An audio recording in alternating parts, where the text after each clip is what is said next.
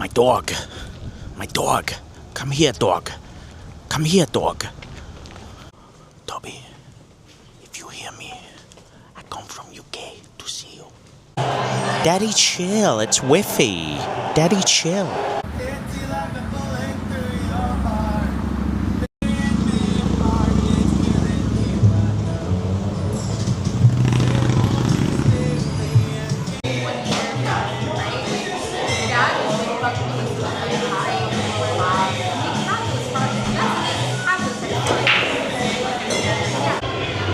We're here to watch ghosts. Daddy, chill. It's Whiffy. Daddy, chill. Use the other door. Oh, it's pulled. I'm just gonna smash the cunt. Oh my god. It's so fucking hot in there. Excuse me. You don't mind filming? Do you know anything about a ghost tour? Yeah, we're here for a ghost tour. Holy shit, we're doing it too. Oh, you work here? Well, I said we, not. I've got a friend. Yeah, 7 o'clock? Yeah. Yeah, we're waiting. 7 o'clock on the dot. So I'm in the drop top. Do you mind filming? Have I just asked you that? Sorry, I've had a drink. Oh, we're, yeah, a little bit drunk. Oh, it's Have you done this before? No, not here. I've done other ghost tours other places, but... What tours, sorry? I've done other ghost tours other Really? places. We did where, I don't know if the accent gives it away, but I'm from the UK. Yeah. And we did a ghost tour. Shit, nothing happened. Oh. It's like, I'm expecting ghosts to like jump on me tonight, but I'm not sure it's going to happen. There's the ghost now. So I'm not filming you. 7 o'clock on the dot, I'm in the drop top, cruising the streets. Are you here for ghosts? Hi folks, I am Loretta. If you're looking for haunted ATX, you might have been talking to me earlier today. I'm looking for an Anthony. I'm looking for a Lee. He's in the bar talking to gals. And I'm looking for Lauren. Awesome. Welcome everybody. He's not really. Once we have our... All the internet that keeps everyone connected. With a connection... I'll go and shout at him. ...to the AT&T. In fact, no, there is a rush.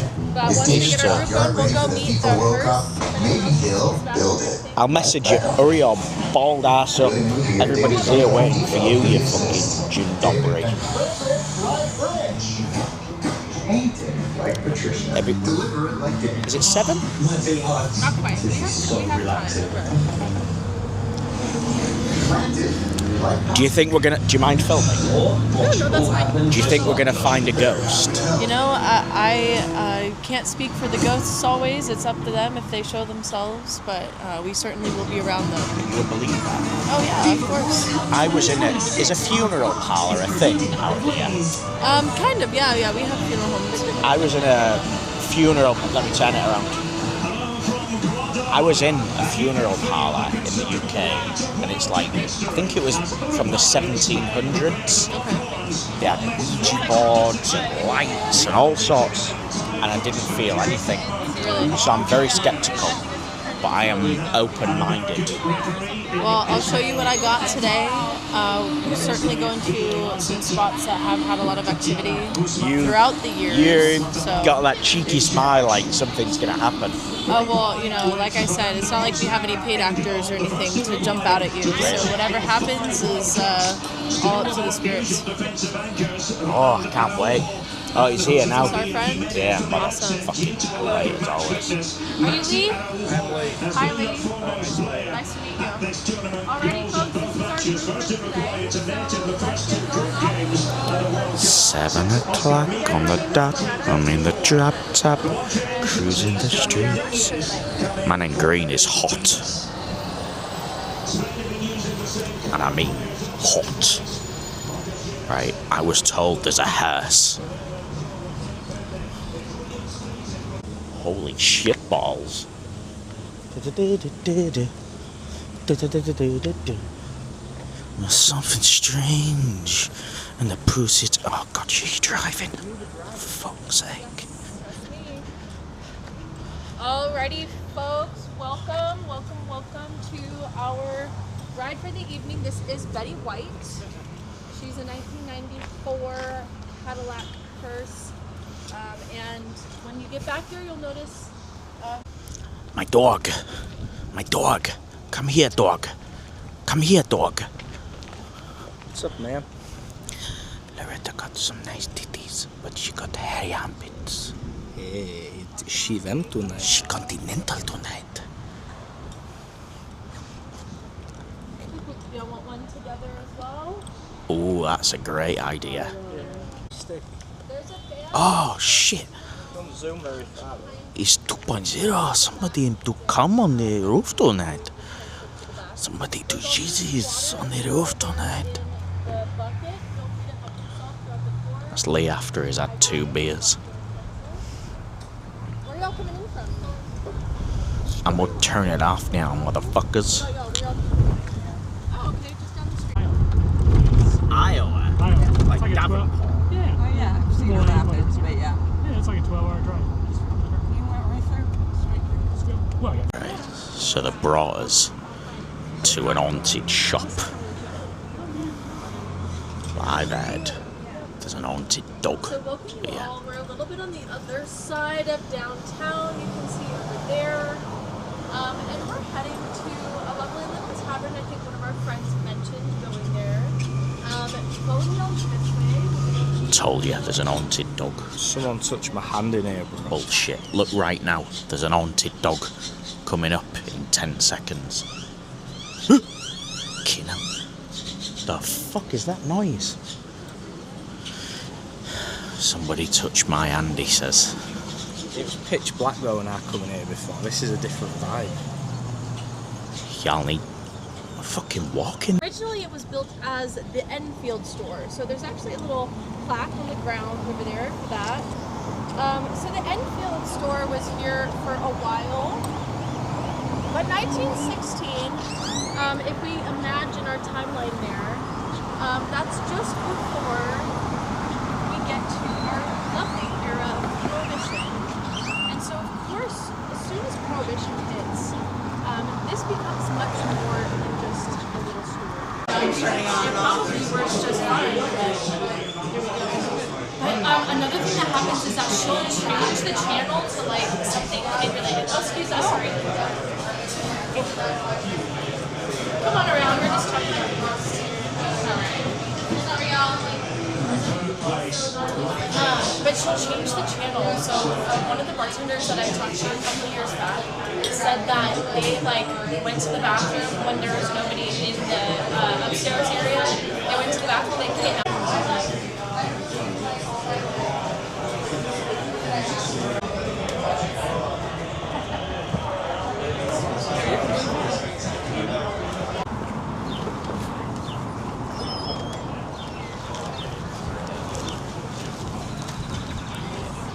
Emily fingered me tonight.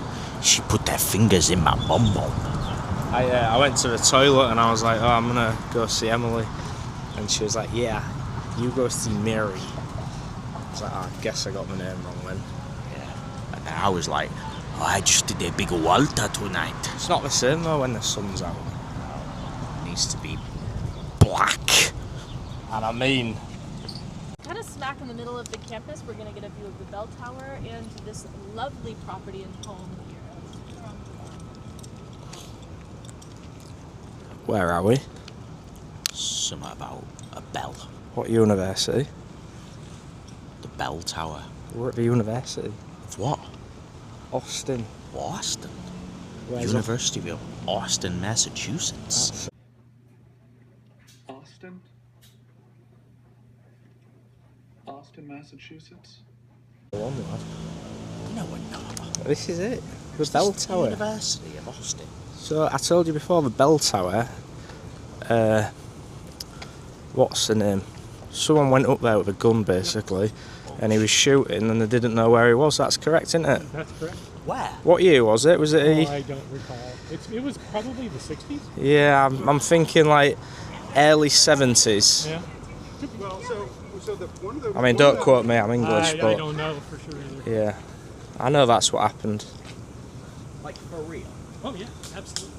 Yeah. It was like a good 20 minutes or something, and the police was running around, and I was like, where is this guy? He's up in the bell tower.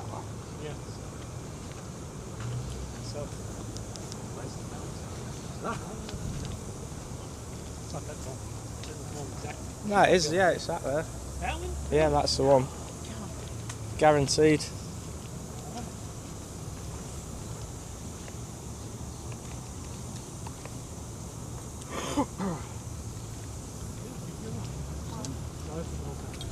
Yep. Home behind me here. This was built here in 1893 by a man named George Littlefield. Now, George Littlefield is really responsible for this campus being here. He ends up donating a lot of property, donating 40 acres to the university. They lovingly call this campus still 40 acres. That's why they call it that. And George and Alice, his wife, come to live in this house that he has built. Massive house here. This is a 4-story mansion, humongous. I'm not sure how many square feet, but it is 3 above ground stories and a big old basement, which is extremely rare in Austin. We still to this day really do not have basements because we live on top of limestone. Everything underneath the ground, you dig like 2 or 3 feet down, and you start hitting limestone rock, a big shelf.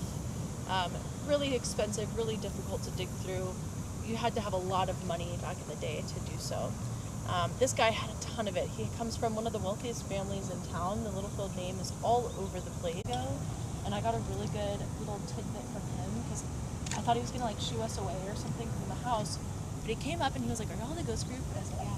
He said, "I have to know who she is." And he didn't know anything about the house, anything about the Littlefield family. He hadn't done any research. He just knew there was a spirit here that was a woman. And I asked how he knew it was a lady, and he said because he could hear her high heels on the ground upstairs. Not only hearing her footsteps, but very like specifically the clicks of her heels. And you're like,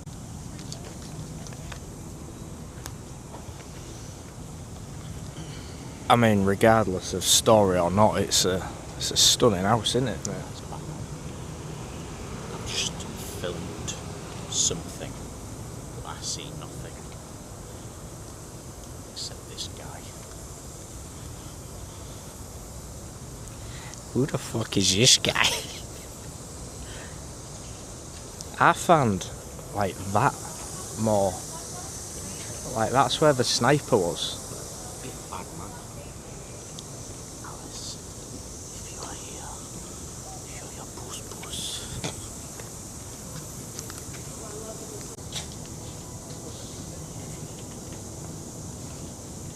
so check this out. This was a group of high school gals and a mom that came on the tour. So not surprised that she came to check on them.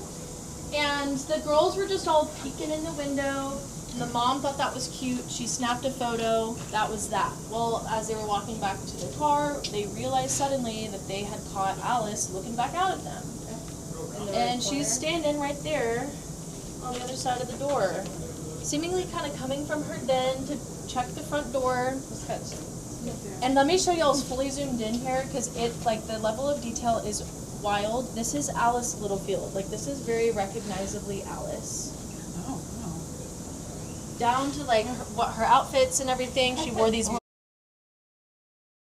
black high neck dresses. She wore lace. She wore pearls. It literally looks to me like she's clutching her pearls, looking out the window. She's got a hand up to her chest, and you can see like her lips, her nose, her age, her eyes. Is that here? That's right here. So they were all looking in. Of course, they didn't see anybody. And the mom was like standing over there and just took a picture of them, and like they realized, you know, a few minutes later that she had been kind of checking in. Again, not surprised that she was like kind of like, you know, checking in on the girls. She saw that it was like the girls and the mom and the girl tour guide. She was like, okay, cool. And she moved on her way. But that's Alice Littlefield. I'll show y'all what she looks like here. This is when she was in her heyday. This is one of the portraits that lives here in the building. Here, if you want to see her. And then this is about 4 years before she passed away. That's what she looks like. Wood. So yeah, so you can see, you know, that when we saw that picture, we're like, oh my gosh, that's Alice. Like, it's super, pretty, you know, recognizably her. I will say this is one of the more flattering versions of the photos of her that I've seen, where we've got kind of a face proper going on. Oh, yeah, a lot of the other ones tend to be a lot more skeletal, a lot more sunken. That's like Almost daytime a as little well, bit isn't it? more like what you would see here with those kind of sunken in eyes and everything like that. Yeah. But this woman pops up in the mirrors, or in the windows rather, quite often. So take pictures and such as we walk around here. Feel free to peek in. And she has been seen. I had a woman on the tour when we go around the other side. There's a dining hall. When we went up to the dining hall window, I still can't tell if this woman was messing with me or not. She kind of startled and she jumped and she was like, "Oh, that lady scared me." And I looked. And Yeah. You can't even see in the windows are that dirty. What I will say is it's very different doing this on a daytime. I am more fascinated by that story. I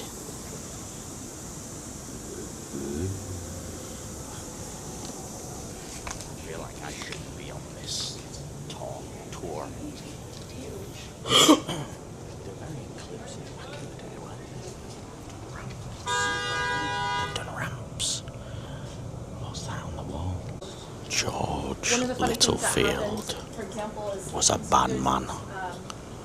He is celebrated all over the city. The top desk originally lived here, and I know those oil lamps didn't originally live here because Alice moves them. She moves them to a different place, and the staff says that they have to move them back pretty often. And it's like back and forth type of thing. She's like, "That's not where they go," and she moves them back further. You know, I really love this one, especially because like, I feel like Alice kind of just watches over us, you know. And she seems to be all right with us, like, you know, exploring the outside of the property at least. You know, there's not anything, I haven't had anything like bad happen to me here, or you know, anything like that. I think one of the craziest things that happened was this family. It was a mom and a son, or it was like a mom and her 2 kids, and there was like a teenage son and a little smaller kid. And the girl, she was the one that had the music happen, you know, flare up. And then the son, when we were leaving, he had something happen to him as well. And this was really weird. I still can't explain this. I still don't know why or how or what was going on here. But as we were walking back to the car, he realized that he had missed 11 calls from his grandpa, like 11 in a row. He says like, "Mom, I gotta call grandpa back." Okay. So we let him call his grandpa back. He calls grandpa, and we kind of hear some like "murr, murr, murr" on the other side. And he looks really confused. He hangs up, and he comes back to us, and he says, "Well, that's really weird." And he said that when he called his grandpa, he woke his grandpa up. His grandpa was really upset that he had woken him up and asked why he was calling, and that he had to walk across the room in the middle of the night to go get his phone, and like, "Why are you calling me? What's going on?" And he said, "Grandpa, you called me." And he said, "Well, I certainly didn't. I've been asleep, and my phone has been across the room."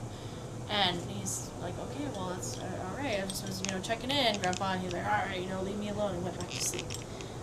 But then came back, you know, very, very confused as to, you know, what was going on there. And we saw it on the phone, like the calls that he had missed, and we heard his grandpa, like, you know, his grouchy voice and such on the other line. So I don't know, like, what was going on there. Like, maybe he saved grandpa somehow, maybe she saved them, or again, just some weird stuff like that will come up with electronics. So check your pictures, you know, later on. Send us if you get any good ones. Yeah. Why is George so, like, celebrated?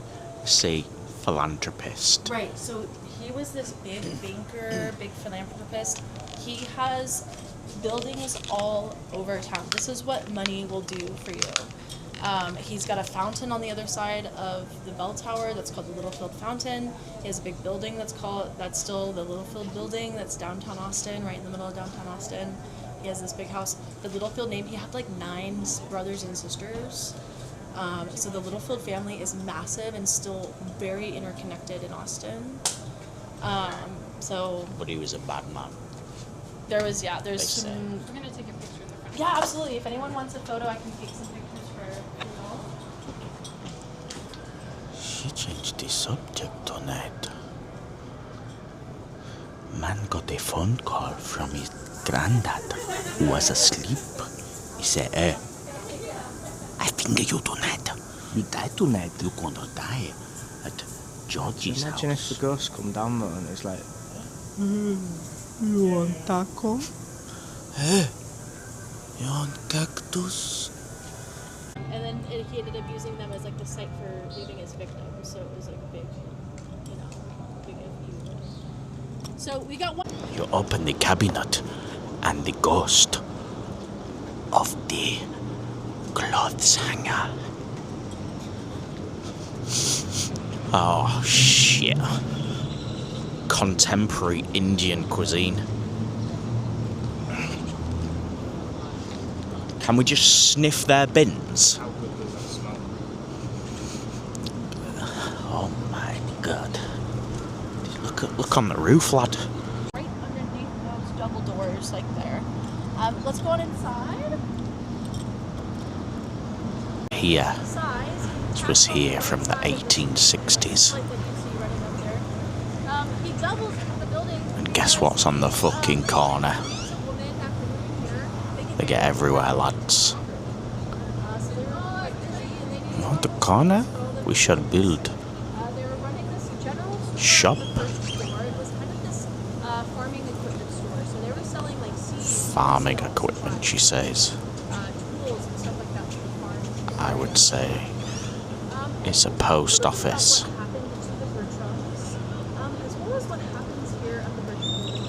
And sweets. This building becomes quite unique. In Austin, because they also have a basement. Bertram's used the basement. This is the clay pit. Contrary to popular belief, clay pit, hey man, clay pit is no relation of Brad, but he is a relation of the brown people tonight. Look on the wall. These walls are old as shit, but they still had fire extinguishers back then. Oh, now we're getting old tonight. 1860. We make curry tonight. These doors were the entrance to the sex dungeons. Let's do a Ouija board.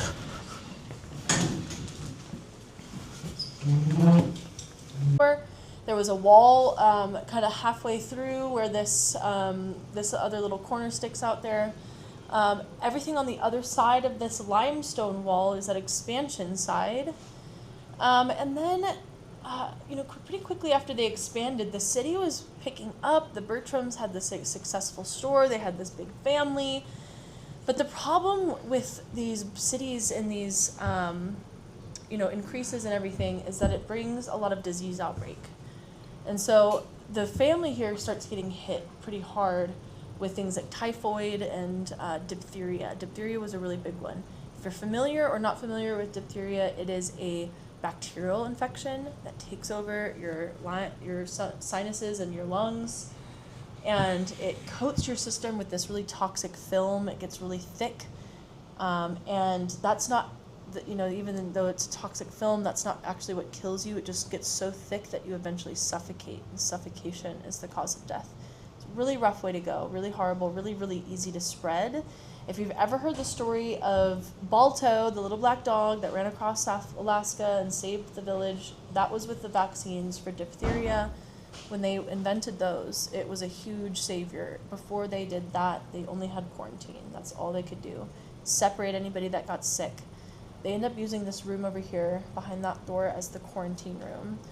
And through the course of about 3 or 4 years, they ended up losing half of their children. So 4 children pass away in that room. Horrible time for them. The 4th kid to pass away was their youngest, a little boy named Tobias, little Toby. Toby Bertram, he passed away. This was too much for them. They pack up the rest of the kids and they leave. They left the building, they left Austin altogether. And they seemingly left behind little Toby's spirit here, still hanging out here at the Bertram building, still looking for his family, still looking for the attention specifically from his mom. And it's not like electric sensor or anything. And he also flushes the toilets. And a couple tours back, I had 2 moms on the tour, and they both went to the bathroom. They were kind of talking about, we're moms, how come, Toby didn't come say hi to us? And as they were washing their hands talking about this, both of the toilets flushed at the same time in the empty stalls. Again, just like regular little flush handles and stuff like that. He'll mess with the lights a lot, stuff like that as well. This is where we do our paranormal investigations. So if you ever come back to Austin and you're really interested in like using equipment and stuff like that, hey, come back, give us another return. They stay here for the tour, or they stay here for the evening rather, later on at night, and they bust out all of that equipment and stuff like that. They always get really wild evidence and stuff when they do that here. Some from Toby again, some seemingly from some other people as well. So let's go talk about who else is here. Can we go in there? What's happening on the tour last night? I'll have to see if it happens again tonight and compare. I'll tell you what was going on after I check it out. It is very spooky in here. I'll get a light turned on. Leave it off. Can we leave it off?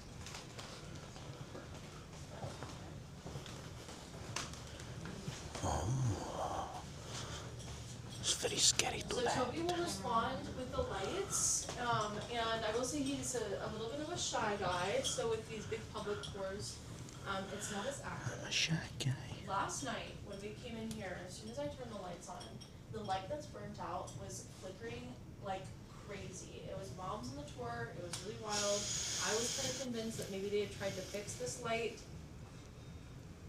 and I'm not seeing anything today, so that's kind of interesting. Could be some Toby action there. That light burnt out on one of my tours. It was a group, it was a big public group. There's a bunch of guys on the tour that were really skeptical. Like very much not like believers. They're just on the tour for the fun of it with their friends. And I was talking about how he will respond with the lights in here. He'll flicker the lights on cue, he'll answer questions, things like that. And they're like, no, it's just old lights. And I said something like, no, you'll do it on cue. And I kind of gestured up to the lights like this. And as soon as I did that and said that, that light like popped and burnt out. And it popped so loudly. Our investigators caught, and this was a good example of some of his little moments with the lights. Toby's a crazy guy. Close and watch here. Can you flicker the lights for me one more time, Toby? Oh, thank you, Toby. I like Toby. Oh, hi. I have to say goodbye now, okay? Goodbye, Toby. Goodbye. So that happened. The investigator, she was so excited to to show off the new skill or like the new, communication on their next tour. They came with a big group. They got up here, asked a couple questions. No flickers, no flickers, no flickers, no flickers. Nothing.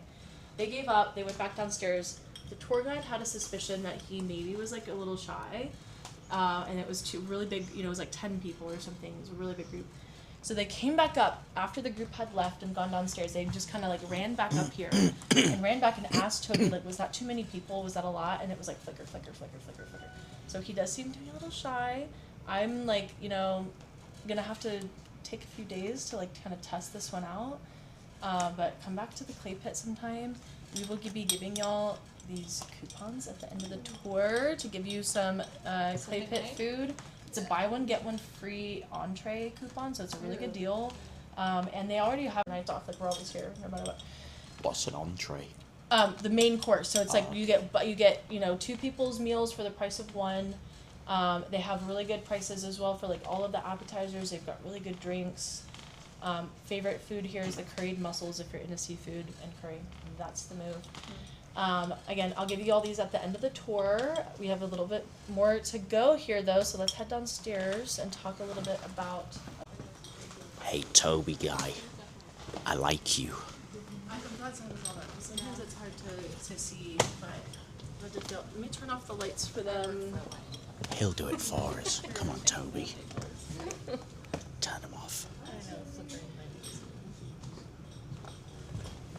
I love it. It was like right as y'all turned to leave. It was like saying goodbye. Yep. Bye. Alright, y'all watch yourselves over here. Toby put a fucking ladder out on it, and you want to do some decorating. Toby, if you hear me, I come from UK to see you. Show me something. Show me. Turn some lights out of it. Turn some lights out for me. I want to see. You're my guy. You remind me of me a little bit crazy, you know? My kind of guy. Oh my God. baby tonight.